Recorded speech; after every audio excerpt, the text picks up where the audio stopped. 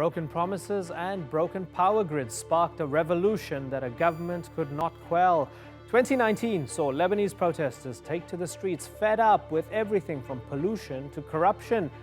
We look back at the movement that drove a prime minister from office and changed the political course of a nation. I'm Imran Garda, and this year's Newsmaker is Lebanon's historic protests.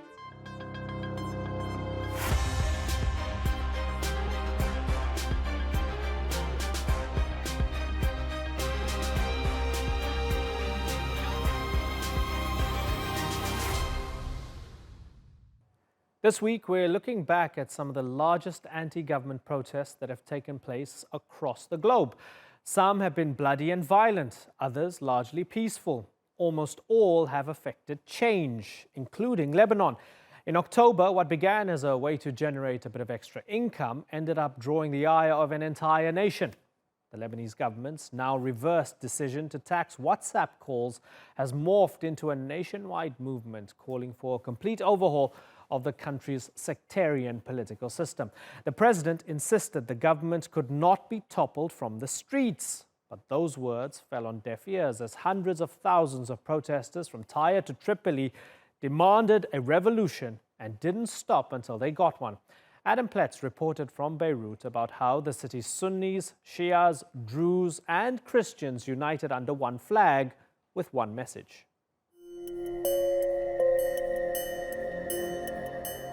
These are Lebanon's largest demonstrations in 15 years. For a week, protesters across the country have been calling for the government's resignation. Lebanon has often been divided by sectarianism, but now a failing economy and rampant corruption have brought its people together in condemnation of their leaders. We are so tired of the government, so tired of the corruption. It has been 30 years with fake promises. They stole everything from this country. Nothing has been changed. No roads, no electricity, no water, no education for our children, nothing at all.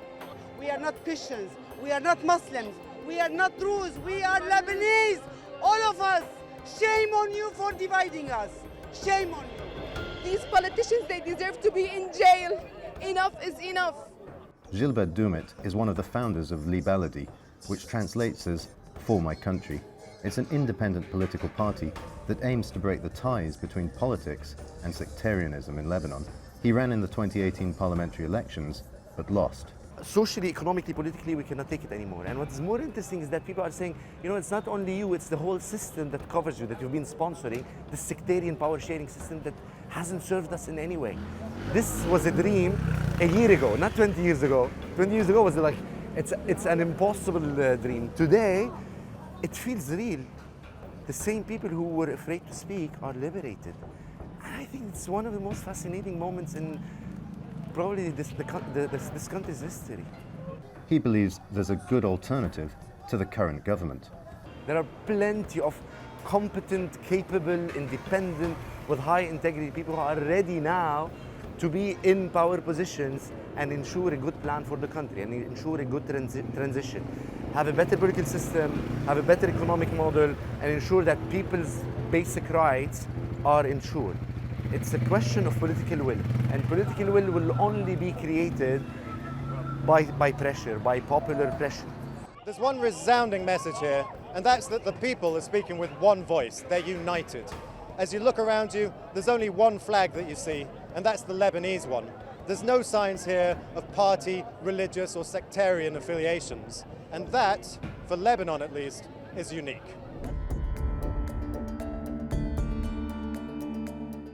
In what seems like an attempt to placate the protesters, the government on Monday announced a package of economic reforms. Adel Afyouni is Minister for Investment and Technology and part of Prime Minister Saad Hariri's bloc in a fragile coalition government. He's a fresh voice in Lebanese politics. He spent 20 years working abroad before taking his post in January. We have now provided for economic reform and agenda which is urgent because the situation is very dire.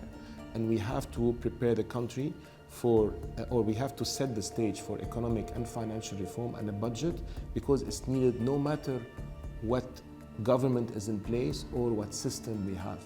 But the measures announced by the government only attempt to tackle the demonstrators' economic grievances, not their political ones. The political reforms is definitely something that I think the political parties and the government should address, because the people in the street have legitimate concerns and demands, and we need to listen to those people and address those concerns. There's clearly a very high level of frustration. Some of it is economic, but some of it is about the whole system, and it's only fair for us to address that as well and to make sure that we're listening to the people. Hariri has suggested that early elections could be possible, but most of the protesters are asking for more. Of course we're going to remain here. We'll stay 1 day, 2 days, 10, 20, a month, 2 months. In Tunis, they stayed 8 days. In Egypt, it took a month. So because of this, we need a month, 2 months, even a year until they leave. Shame on them. The demonstrations have been Lebanon's strongest ever expression of resentment against the political system. But will they lead to the fall of the government? And do they herald the demise of Lebanon's sectarian political system? Adam Pletz, The Newsmakers, in Beirut. The protests did help force the government's hand, which eventually agreed to a series of economic reforms and promised to come up with a rescue plan for the country's weakening economy. Saad Hariri, the Prime Minister at the time, said the measures weren't simply an attempt at throwing cold water on the protests and that people were free to keep expressing their anger. We spoke to Hala Bejani, who runs a group which advocates for political reform and government transparency, and asked her if she thought there was any truth to what Hariri said. No one today can speak in the name of the people. They are speaking for themselves. They have reclaimed their public power. They have reclaimed their streets. They have reclaimed their city. And I think that no one today can say what they are or what they should be doing. I think we really have to wait and see. They are still not able to formulate. I mean, they are very able to formulate very clearly what they want. And for the time being, all what they want is for this government to step down. So I really don't think that anyone with a promise of reform would make them go home. They didn't even care to discuss the content of the paper of Hariri, although we took time in the office to try and look into it. But no one in the street even cared. They just think that this government is not able to give them the answer for the corruption that they've been living for all these years. Why would they stop corruption now? Why would they really go back to work? So it revolves always, when you want a government, you want it to be representative in a parliamentarian democracy. But today, the people are saying people that are in power do not represent us. So this government is not representative of the people's power. You want it to be competent, and this competence is definitely put in doubt. You want it to have the trust of your people, and definitely the people are not giving it their trust. And you want it also to be usually independent in order to be able to move forward. And we very well know that this government actually is very much affiliated to their partisan forces. So the people, not me, are saying we do not give this government a second chance. By the end of October, long after the demonstrators decided their government didn't deserve a second chance, their diligence paid off. Prime Minister Saad Hariri resigned along with his entire cabinet. In a televised address, he said a shock was needed to break government deadlock. Many expected that message to placate protesters and dampen their revolutionary spirit, but it had the opposite effect. Here, Gilbert Doumit, one of the founders of the Lebanese opposition party Lebanon, explains that Hariri had no choice but to bend to the will of the people. Does anyone have any illusion that the current political elite will leave just because there are protests on the streets and people are claiming it's a revolution? They're going to wake up in the morning and say we're leaving? No. We know that even if there isn't a bigger plan, historically, every time the country united around any form of demands, they united all together across all spectrum against us. This happened in the last elections, in the municipal elections, in different movements that happened the last 10 years. So we have no illusion that they will not come together again to protect their positions in power. Right. But I think that's the first time ever we've been dreaming of this moment of uniting. Everyone's on the streets having the same demands against sectarian clientelism, but also demanding political, economic, and social rights. Okay, so Bassem Shab, power doesn't just roll over and die and say, okay, you won. We're looking at it quite cynically, I guess. You're saying you're very proud to be Lebanese, but we're asking questions, which is our job to do. Do you accept that given Lebanon's political history, people have good cause to be cautious about their leadership saying, okay, we want to implement change right now? I think what happened really divided the political leadership in Lebanon. There are those who clearly supported the movement in the streets and this new revolution. There are those who were neutral. And I must say that many of the people on the streets, and Gilbert knows that, were supporters of Prime Minister Hariri. And there are those whom I think are the biggest losers, who stood against this movement. They assumed it was limited. They assumed it will go nowhere. And in the words of Hassan Nasrallah, said the government will not fall, we will not allow it to fall. So when the dust settles, there will be winners, there will be losers. And when elections come next time, people will remember who really supported this movement and who was against it. Gilbert? And there's no doubt that the youth in Lebanon, Right. Let's ask Gilbert. Gilbert, is it time for Hezbollah and Amal to get with the program and fully support what's happened on the streets? Because, as was mentioned by Bassem, they've been equivocal at best and at worst downright hostile towards the protests.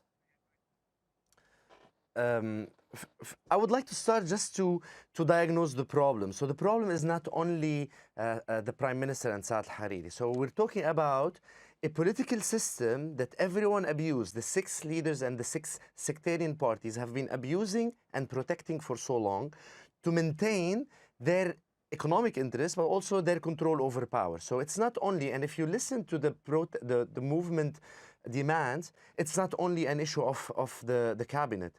So the demands go as far as we want new elections to change the parliament and the Speaker of the House and eventually a new president. So this means people are conscious of the root causes of the problem.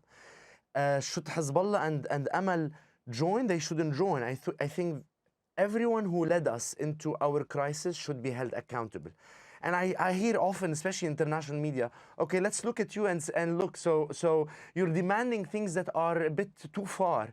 If I look at any country in the world, whenever you fail in governing your country, you resign and there are early elections and you go for a new government. Why Lebanon is not allowed to do this? And it has always been played by fear. And if I look at Bassem, because I know Bassem, we used to be together during March 14th. For example, like Lebanon has lost someone like him in politics who's decent and who's competent. So this is what we're calling for. We want people who are decent and competent, who are not affiliated to any party, to make sure that we rebuild our nation and implement our constitution that is a secular one. So Bassem, when people talk about needing technocrats and experts, are they basically saying decent, competent people? I mean, Gilbert considers you one of them. Decent, competent people who won't wreck the economy and screw this up like everybody else has done over the past few years? What Gilbert says is true, that the thing that really prompted this movement was an unmitigated disaster in economy, in finance, and it is all because of political bickering. So Gilbert is right about that, and you cannot get people who got us into this mess to get us out of it. But I think a lot of the wise political leadership know that their time has come and gone, and it's time for new faces who are patriotic, clean, who want to do something and make a difference. And we should give them a chance. I think to go back to the old ways would be suicide. Already Lebanon is beyond recovery anytime soon. So we need to change course very quickly, very quickly. Right. Gilbert, what's on the menu? What would it take in the forthcoming months for people to go off the streets? Is it, I don't know, fixing the electricity crisis? What is it? What would give them trust in the institutions? Okay, so I think the core term is trust. what the country needs now for the economy and our financial crisis to turn the cycle positively, Lebanese need to trust government, and the international community needs to trust government again. Because if you look at the last year, so we haven't got any step forward with SADR funding because of the no trust in government. I think this is the opportunity now, is to have a government that Lebanese trust and the international community trust. And this is why we're insisting on the issue of people who are experts, but it's not enough. People who are independent means do not take their decisions from their political leaders, from the Zaim. Otherwise, they're not able to make any progress.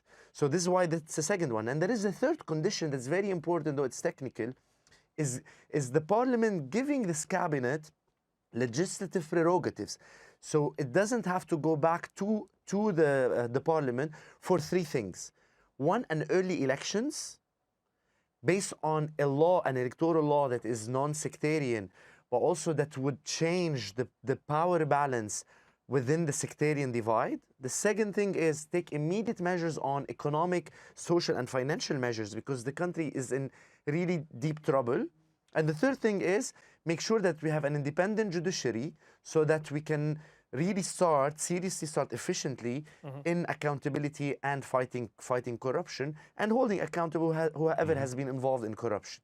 Is it an easy process? No. I think the only tool we have today are the streets. And I agree with Bassem. People who are on the streets will never leave. And they don't need anyone to manipulate them. Well, we have 35% unemployment rate. Yeah. No electricity. The waste is on the streets. Let's not forget that 2 weeks ago, our forests were burning and we didn't have any means to extend the fires. We are in deep trouble. No one needs to mobilize us on the streets because we have nothing to lose anymore. 2019 saw Lebanon face more than just one struggle for power. While demands for the complete overhaul of Lebanon's government were a uniting factor in mass demonstrations, there was another even more basic need that drove people into the streets: electricity. The government hasn't been able to consistently keep the lights on since the end of the civil war in 1990. It's not only a strain on the economy, but on people's patience. The government's been promising round-the-clock power for decades, and the country's energy minister says she can make it happen when none of her predecessors could. Imogen Kimber takes a look at that plan and whether or not she can pull it off. 30 years since the civil war, which devastated Lebanon's infrastructure, the capital still struggles with daily power outages. Elsewhere in the country, it's even worse. Beyond the blackouts stalling Beirut's businesses, paying for the electricity Lebanon actually has is one of the major causes of its chronic economic crisis. The Lebanese state is losing in the electricity sector a lot. Electricity is a disaster for the Lebanese government. It's an open wound they cannot close.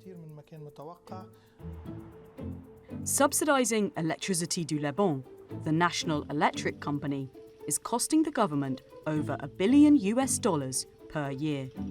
Since 1995, the subsidies have added up to $35 billion. That means electricity accounts for almost half of Lebanon's $85 billion of public debt, according to the IMF. The National Economic Plan is based on the leverage of this sector. We are all partners in the future of our country. And if we will fail, then we are all failing. And if we succeed, then all will be successful. The new Minister of Energy and Water, Nada Bustani, is hoping to solve both the electricity shortage and the economic crisis. Bustani plans to build new power plants, shut down inefficient old ones, utilize renewable energy, and finalize negotiations with neighboring countries to access gas in the Mediterranean Sea. Ultimately, providing 24-hour electricity for less cost, reducing public spending and debt, and allowing for an increase in productivity. But where the government is hoping Bustani will succeed, others have failed, including her colleagues in the Free Patriotic Movement, Gibran Bassil and Cesar Abi Khalil, who collectively held the same post for over 7 years. It may be the notorious sectarianism, political division, and corruption in Lebanon that proves the biggest obstacle.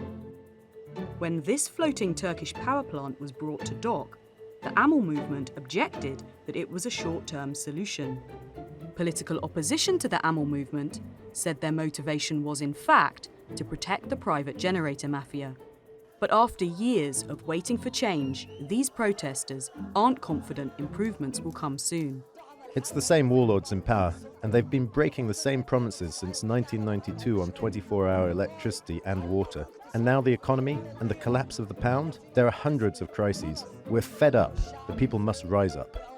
So, can Bustani reform the electricity sector before the economic crisis worsens and tips Lebanon off the fiscal cliff? Imogen Kimber, The Newsmakers. It's clear the protests in Lebanon have caused a major shift in government power, but will it actually bring power to the people? Many think the cuts have much less to do with outdated technology and flagging infrastructure than they do with the political will to fix it. I put that idea to Jessica Obaid, the chief energy engineer for the UN Development Programme in Beirut, and asked if the paralysis and power cuts were the result of a politically dysfunctional state. Of course, so everyone knows that it's not a technical issue. As Dr. Ghajar has stated, it's not rocket science and Lebanon is not inventing power plants. However, we haven't seen political will in the past decades, unfortunately. And sadly, we only see political will and reforms, hopefully, if we see them in Lebanon, when the economy is in such a big crisis. So that means that the business investment climate is very weak, which triggers its own challenges. Right. Raymond Ghajar, fuel prices go higher and higher. But also when okay, go ahead, Jessica. Finish your point. Go ahead.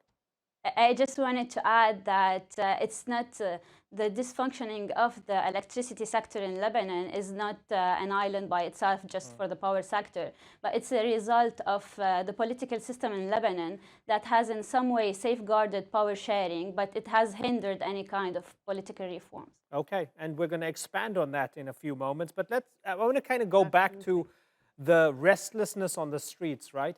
Raymond, people are protesting. Fuel prices are getting higher and higher.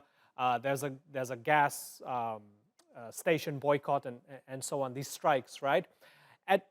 Is there a genuine fear within the government that this could get out of hand, and that's why the government has to act imminently, because the protest movement also seems to be growing? Well, definitely, as if we don't do anything, I mean, just take a normal system that you have, a normal electric system. Our systems are decaying, they're becoming older and less efficient and less capable, and the demand is growing. That means we have, gradually, we are decreasing the number of service hours that we're providing to our consumers. To give you an idea, consumer pays 9.58 cents per kilowatt hour for electricity supplied by the government, and pays anywhere between 28 to 30 to 40, 35 cents per kilowatt hour for electricity that he gets from the private diesel generator. So as we provide them with less, they have to pay more, So a consumer that gets, say, 50% of the time electricity from EDL may pay $100 and pay equivalently $300 or $400 for the private diesel generator. And as a result, they're either not paying for the government-provided electricity, so they're stealing, or they're not paying, and they're getting frustrated because they can't get enough and they can't get the quality of electricity from the private diesel generator. So they're venting off their frustration on the street, and that could eventually play politically against, the decision makers.